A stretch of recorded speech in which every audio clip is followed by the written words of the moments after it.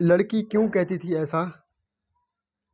Hello दोस्तों, मेरा नाम अंजलि है। मैं एक मैकेनिकल इंजीनियर हूँ। मैं स्वभाव से बहुत ही रिजर्व हूँ। इस कारण कभी मेरे लड़कियों से ना ज़्यादा दोस्ती रही, ना कोई मेरी गर्लफ्रेंड बनी। अब मेरी जॉब लग गई थी और घर वाले अब शादी की बात करने लगे। घर पर कई तस्वीरें और बायोडाटा आने लगा। उससे मुझे अंजलि देखती ही पसंद आ गई थी। बायोडाटा से पता चलता रहा कि वो अच्छी पढ़ी लिखी थी। मैंने अपने घर वालों से कही कि मुझे लड़की पसंद है। हम लोग अंजलि के घर उसे और उसके परिवार को देखने गए। फिर जब अंजलि चाय लेकर आई तो वो मुझे उसकी तस्वीर से भी ज़्यादा सुंदर लगी। खुले बाल और हल्के नीले रंग की साड़ी में वो बहुत ही सुंदर लग रही थी। फिर घर वालों ने हमें एक कमरे में बात करने भेजा। कमरे में वो चुप थी। उसके चेहरे पर इतनी खुशी नहीं थी। मेरा दिल धड़क रहा था। मुझे लगा कि उसे मैं पसंद नहीं हूँ। फिर मैंने ही बात शुरू करते हुए और कहा कि आप क्या करती हैं। उसने मेरी तरफ घूम के देखा और कहा कि आपने बायोडाटा देखा नहीं तो मंगाया क्यों था। उसकी बात सुनकर मुझे लगा कि वो मुझे कोई इंटरेस्ट नहीं दिखा रही है। फिर मैंने उसे डायरेक्टली पूछ लिया कि आपको मैं पसंद हूँ या नहीं। वो बोली मेरे पसंद की बात नहीं है, आप खुद मुझे नापसंद कर देंगे। मुझे पता है। उसने कहा अभी मैं आपको ऐसा कुछ दिखाने वाली हूँ कि आपको वो देखते ही आप शादी के लिए मना कर देंगे। आपसे पहले दो को दिखाया, उन्होंने भी देखते ही मना कर दिया। ये कहकर उसने अपने खुले बाल जो पीछे थे उनको आगे किया। इतने में ही कमरे के बाहर से आवाज़ आ गई और उसकी माँ कमरे में आ गई। शायद उन्हें भी पता था कि वह हर लड़के के साथ ऐसे ही बातें करती है और कुछ बताती है। उसकी मम्मी ने कहा, चलिए बाहर सब आपका इंतज़ार कर रहे हैं। अंजलि ने अपनी माँ की तरफ देखा। मैं बाहर आ गया और बाहर मेरी माँ और पिताजी ने भी मेरी शादी की जल्दी थी। वो भी मेरे मुंह से बस हाँ सुनना ही चाहते थे। मेरे आते ही मेरी माँ मुझे बाहर ले गई और पूछा कि क्या तुझे लड़की पसंद है। मैं मना नहीं कर पाया, लेकिन एक बात मुझे खटक रही थी कि आखिर वो क्या बताने वाली थी। उसकी मम्मी जिस तरह से जल्दी से कमरे में आई, मुझे बाहर ले गई, लगा ऐसा जैसे वो हमारी बातें ही सुन रही थी।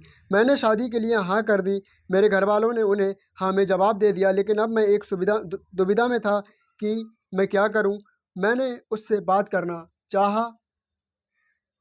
मैंने उससे नंबर भी नहीं मांगा था।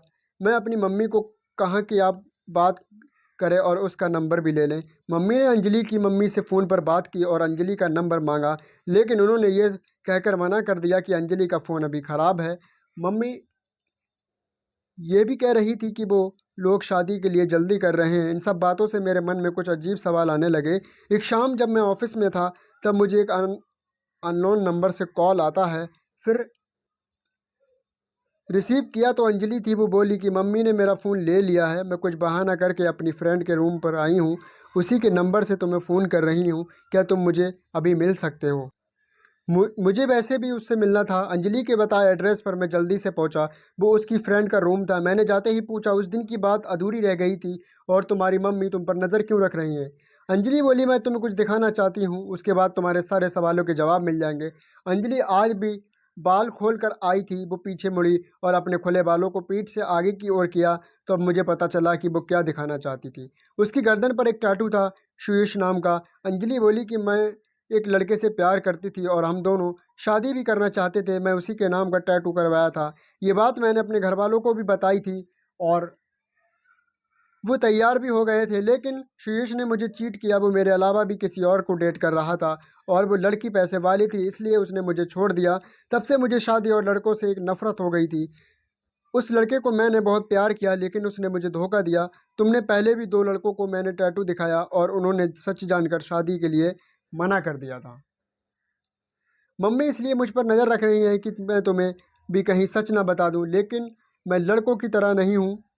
मैं नई ज़िंदगी की शुरुआत सच के साथ करना चाहती हूं। मैं सुनकर सोच में पड़ गया कि इसको प्यार मिलता है, उसे प्यार की कद्र नहीं होती। आखिर इतना प्यार करने वाली लड़की को कैसे कोई धोखा दे सकता है। मैंने कहा कि मुझे तुम्हारे पास्ट से कोई मतलब नहीं है, लेकिन मैं चाहता हूं कि मुझे भी तुम उतना ही प्यार करो जितना उस लड़के को करती थी। अंजलि को ये उम्मीद नहीं थी। उसे लगा था कि मैं भी उससे शादी के लिए मना कर दूंगा। मेरी बात सुनकर उसने इतने दिनों के दबाए आंसू बहने लगी। मेरी शादी अंजलि से हो गई और मैं अपने आप को बहुत खुशकिस्मत मानता हूँ कि मुझे अंजलि जैसी सच्ची और प्यार करने वाली लाइफ पार्टनर मिली। तो दोस्तों आप कमेंट करके बताएं कि आपको हमारी कहानी कैसी लगी। अगर आपको हमारी कहानी का कोई भी पार्ट अच्छा लगता है तो दोस्तों अगर आप हमारे चैनल पे फर्स्ट टाइम आए हैं तो आप हमारे चैनल को सब्सक्राइब करें, इस वीडियो को लाइक करें और इसी तरीके से हमारे चैनल के माध्यम से आपको एक से एक धमाकेदार वीडियो स्टोरी देखने और सुनने को मिलती रहेंगी। तो इस वीडियो का उद्देश्य किसी का दिल दुखाना या किसी की भावनाओं को ठेस पहुंचाना नहीं है। ये एक एजुकेशन पर्पज़ के लिए बनाई जाती है। तो तब तक के लिए मिलते हैं नेक्स्ट वीडियो में। तो जय हिंद दोस्तों।